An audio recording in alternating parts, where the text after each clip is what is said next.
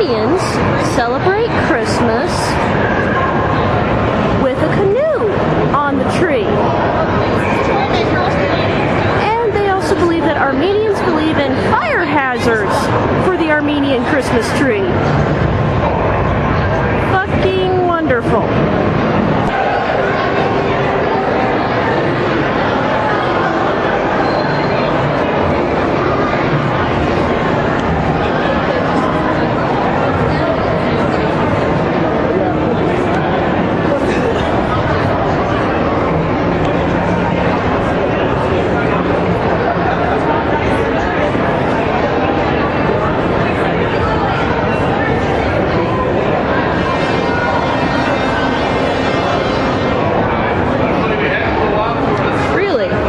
That's what they think my ancestors did.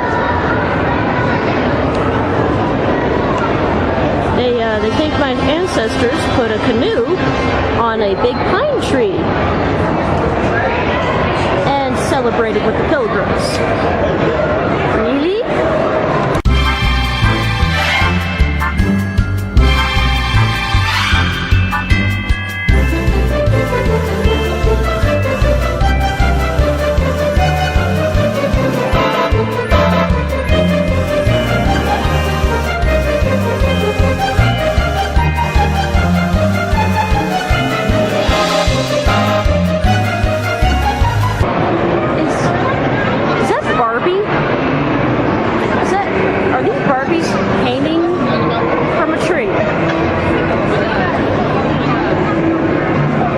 I know now not to piss off a brass doll.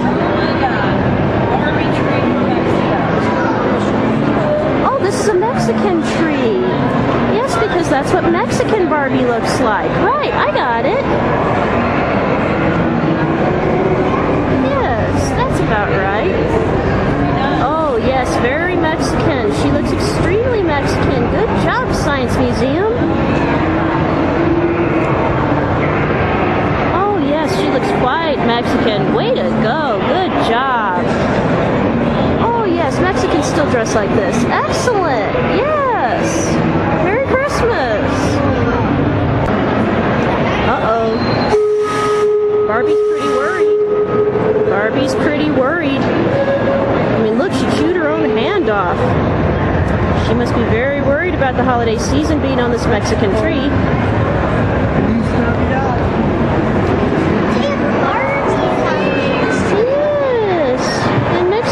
We tie Barbie dolls to trees. That's right. Yes, that's quite politically correct. Oh my, yes, she's very Mexican. This is politically correct. Over this tree. Oh yes, quite Mexican.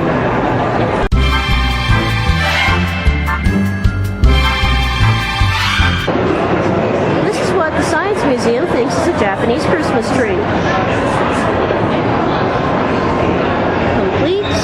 With origami ornaments and tiny little umbrellas from the 1960s and paper cranes. Apparently Guatemala just makes their Christmas trees out of sacks, and they put them all over the tree and write the name of their country on it so that you don't forget where you live. I see. And we are complete with some... Is this an ashtray? This is an ashtray. I used to make these in school before I was homeschooled. Oh, and wooden spoons. Yes, that's very, very traditional Guatemalan Christmas tree ornament. Nothing says Christmas like a trip to Las Vegas. What an excellent American ornament at the science industry. Right for the children. Alright, the rest of this I'm going to have to do in video format. There's only so far an emoticon can get you. I can't type this out. So I want to talk for a minute about some of the people that were in the crowd, specifically the moms and dads, who are old enough that they should know better. When you have children, they are your full time responsibility. That means you are solely responsible not just for their well-being, but their behavioral issues as well. If you know your child is acting up, don't bring him outside. And if you know it's your baby's bedtime, leave the baby with a sitter. Don't bring them outside. I am so sick to death of going everywhere and finding nothing but screaming babies and parents that are just like, I don't know, Jenny's acting up. Shut up! And this is not even a cultural problem anymore. Rich parents, poor parents, all types of moms and dads do that. They're just so fucking negligent. It makes me wonder why you even have children if you're not going to take care of them. And there were so many kids. Usually I hate ragging on children. I hate that. Because I was a child myself once, and that's just not fair. But some of these kids were just acting up. Some of these kids were ignoring the signs. Every exhibit that I went to at this museum had brightly colored signs that said, "Do not touch the exhibit." I don't think the signs could have been any more clear. If they were, they would be lit up in neon. Kids are touching these exhibits left and right with their nasty Dorito fingers, their nasty Cheeto fingers, and that's another thing I want to know, talk about. I know you obesity Nazis are out there listening. I know you're thinking, oh, see, there's an obesity epidemic. Despite the fact that every child I saw at the museum today had a bag of Doritos with him, all of these kids were skinny. And these kids, they kept lifting up their shirts. I could count their ribs. Okay? You want to know how many fat, roly-poly Cartman kids there were? One. Out of a crowd of 700 people, there was one fat ass. Everybody else was borderline skinny. So I'm not even upset that these kids were eating Doritos, because God knows their parents were in their ear constantly, Susie, stop eating carrots, you're going to get fat.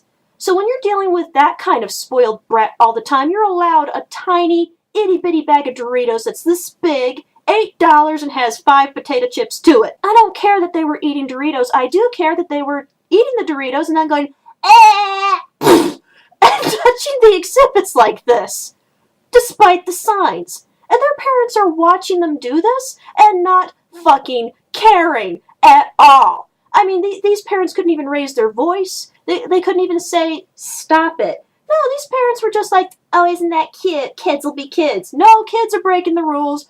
Do your fucking job as a parent and discipline them. And then there were some parents. How do I say this delicately without offending anybody I've ever known in my life? There were some parents that have children that you can see something's not quite right up here with Junior, and the parents just don't want to acknowledge it. And I'm not talking ADD or ADHD. A lot of people are stupid enough to medicate children for bouncing off the walls. Children are rambunctious by nature, so I'm not going to count that as a disease. But whatever, you can mess with that yourself. I mean other forms of issues when I say that, okay? So, when I was in line at minute 25 out of 45 in the museum, I saw this dad come in with his 3 children. There's 2 boys and a girl in the middle. That's the aging for them, okay? Now, the 4-year-old, and I know he's 4 because he decided to tell everybody in line, 4-year-old is in the crowd like this. Not really holding on to his parents' hand, not really paying attention. Now, you know what? I say that's fine. He's 4. I did that when I was 4, and I don't mind that.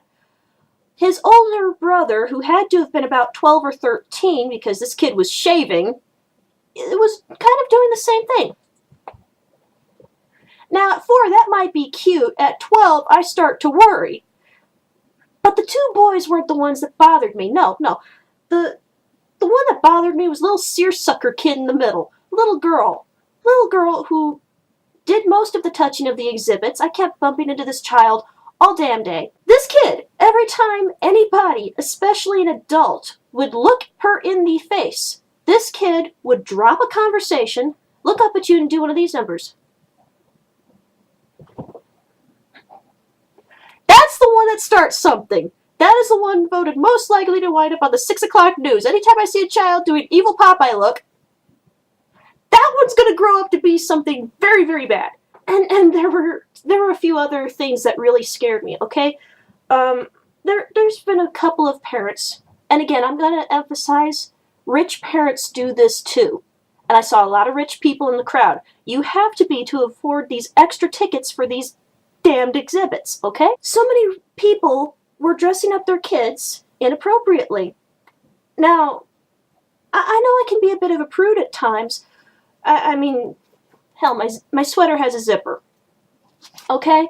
But when I'm going through a museum, the last thing I need to see in this world is a mommy and daughter dress-up team where the daughter is wearing a pair of jeans that says Juicy on the back and Jailbait on the front, bedazzled in glitter, and this kid is no older than 6.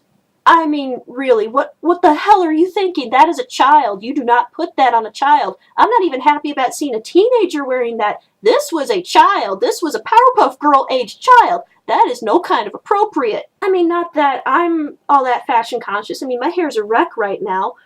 But it really bothers me that there's moms and dads that think juicy is an appropriate word on a 6-year-old's ass. Not only is that out of style, thank God, it's inappropriate. It was inappropriate even when it was in style in 2004.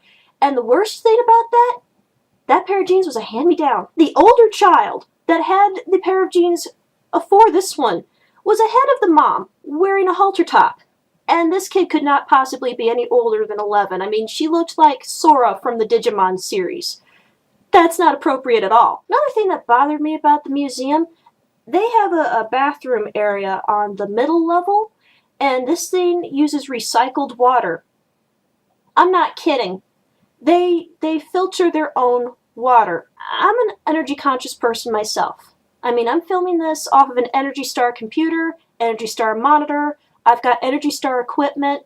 I'm the one that changed out a lot of the light bulbs in my house. I mean, I don't use those cancer-causing fluorescent twirly things, but I sure do keep an eye on my electricity usage. Okay, so I'm all for protecting the environment. That's a little bit nutty when you are recycling toilet water, and you're proud of this. Look how we scientifically changed this using osmosis. No. I don't ever want to see that in a museum. Okay? But this place used recycled water for the bathroom. That's not my biggest contention. My contention is that when you go to the area to wash your hands, they have it split up so that there's automatic water dispenser. You stick your hand under it, and it should work. Half of them didn't. Automatic dryer. Again, half of them didn't work. And automatic soap dispenser. I don't usually care about this except for one great big scientific flaw here. Each of these things is being held behind a mirrored cabinet. This thing is no different than the cabinet you probably have in your own bathroom right now, where you just take a plank of wood and you go, well, this thing is made of mirror, okay?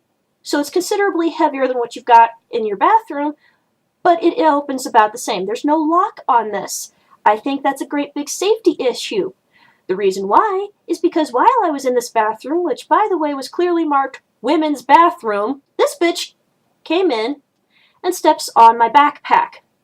Now, despite the fact that I have a camera in there, that's not my biggest problem, okay? My biggest problem, remember when I said earlier in this piece that there was one and only one fat kid among 700 people at this museum? Yeah, Cartman decided that it was funny not only to step on my knapsack, but grab the little mirror for the dryer, BAM! Right into me, which is why I've got a splitting migraine right now. So I look at this woman grabbing my face and I'm like, did you see what your son just did to me? She looks at Cartman and says, oh, Eric, isn't that sweet? The child's name is not Eric, but I'm doing that for legal reasons. Oh, that's so sweet. Oh, kids will be kids. Excuse me? No, that's not kids being kids at all. Not only is this rude, it's imitative behavior, as I quickly learned, because there was a little girl right behind me in her plaits, and this little kid thinks that Cartman here is cute, and because she thinks Cartman is cute, everything he does is just fucking wonderful. So she grabs the mirror for the soap dispenser, BAM!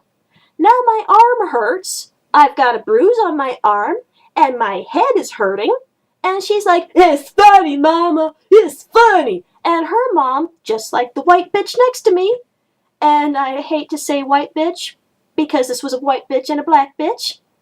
I don't usually govern by race, but these two could have been twins if not for their skin coloring. They looked alike, certainly, and dressed alike. Black woman is like, "Oh, ha ha, that's so funny. You know, we should tell that to somebody and see if we can tell Tyler Perry about that, put that in a Medea movie. Ha ha ha." Not kidding. The white bitch next to me is thinking this is hysterical. The black bitch next to me is thinking this should be movie gold. And I'm bruised and boo-boo Ed.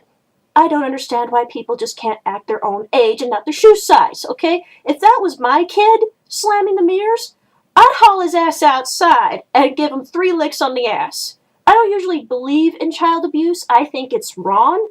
I was also raised old school, and let me tell you something. I was whooped plenty as a child. I don't think I turned out that badly. That was my child. No way in hell would I have allowed that. At the very least, if I couldn't whoop this child, I would have at least made him apologize. Is that so much to ask? Is I'm sorry such a big fucking issue to people nowadays? I don't quite understand that. There were so many of these parents that were just negligent. Another thing that bothered me a whole lot, and again, there's no cultural difference. I saw poor people, white people, Mexican people, black people, all kinds of people doing this, okay? As we are getting inside one of the museum cafeteria areas, my brother trips on somebody. Now, my brother looks down to see, did I step on somebody's bag? He goes to turn around and say, "I'm sorry," because we raised his ass right, and there's this wall of people sitting on the floor. Now, I understand that there were over 700 people at this museum, but despite the fact that we were all packed in like sardines, it's not like we ran out of chairs either. There were tons of empty chairs. These people are sitting on the floor eating their snacks. And my brother looks down, and honest to God, he says this. He'll probably leave a comment for me on this video. He says, "What is this, Occupy Science?" And they look up and they're like, "Oh, peace be with you, brother." And he's like, "You guys don't need to be sitting on the floor. You're fully grown-ass adults. Half of you are over 50. Get your shit. Go sit at a table like a normal adult." Yeah, peace, man. Peace. Why are you acting like a hippie? You guys are dressed like business people. You are dressed like the 1%. Get your asses up. Go sit at a table like a grown-ass adult. Yeah, man. That's what it's like. I don't know if pot is allowed at the Science Museum, but these people were fucking high. I don't understand this. It's not bad enough that little kids were acting like shitheads and their parents were acting much better. Could anybody out there explain to me teenaged boys and tween-aged boys? Because seemingly every single motherfucker that bumped into me did one of these numbers. Oh, God.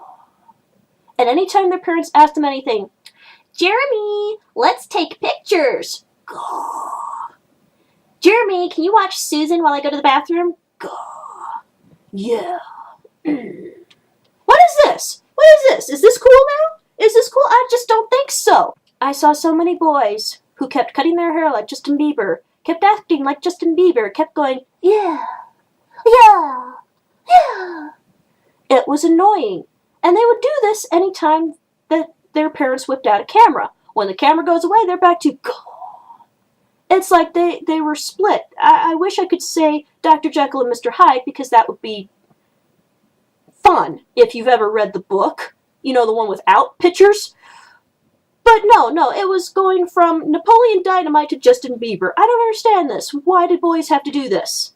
Why can't you just act like a normal teenager? Get something tattooed, pierced. Be a normal teenager. So then one of the last straws that wound up getting me my exit from the museum. We went inside the coffee shop.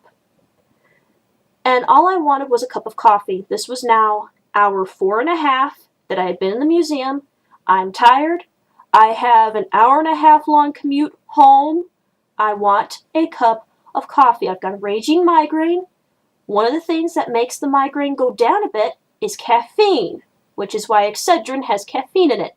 All I wanted was a cup of coffee. All I wanted was a cup of coffee. We're in line for a cup of coffee, okay? And this line is packed. It's like people have never seen Starbucks in their life, which is sad because there's actually a Starbucks 2 miles away from the museum. So we're in line for coffee.